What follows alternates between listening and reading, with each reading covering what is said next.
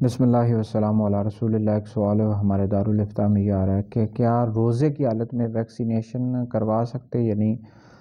تو اس حوالے سے جی علماء کا اختلاف ہے، نہیں روزے کی حالت میں انجیکشن لگوانے سے روزہ ٹوٹتا ہے یا نہیں، اس حوالے سے اختلاف ہے۔ بعضوں کی رائے یہی ہے کہ ٹوٹ جاتا ہے، اور بہرحال ہماری جو تحقیق اور ہمارا فتویٰ ہے اس کے مطابق روزے کی حالت میں انجیکشن لگوانے سے روزہ نہیں ٹوٹتا۔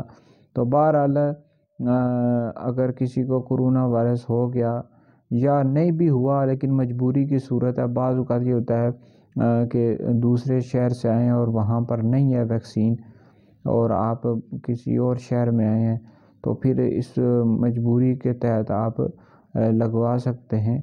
تو بہرحال کچھ علماء کی یہ رائے ہے، تحقیق ہے کہ انجیکشن لگوانے سے روزہ ٹوٹ جاتا ہے، لیکن بہرحال ہمارے نزدیک انجیکشن لگوانے سے روزہ نہیں ٹوٹتا۔ تو اگر کسی نے ویکسینیشن کروائی، یعنی انجیکشن لگوایا کرونا وائرس کی وجہ سے، تو اس کا روزہ نہیں ٹوٹے گا۔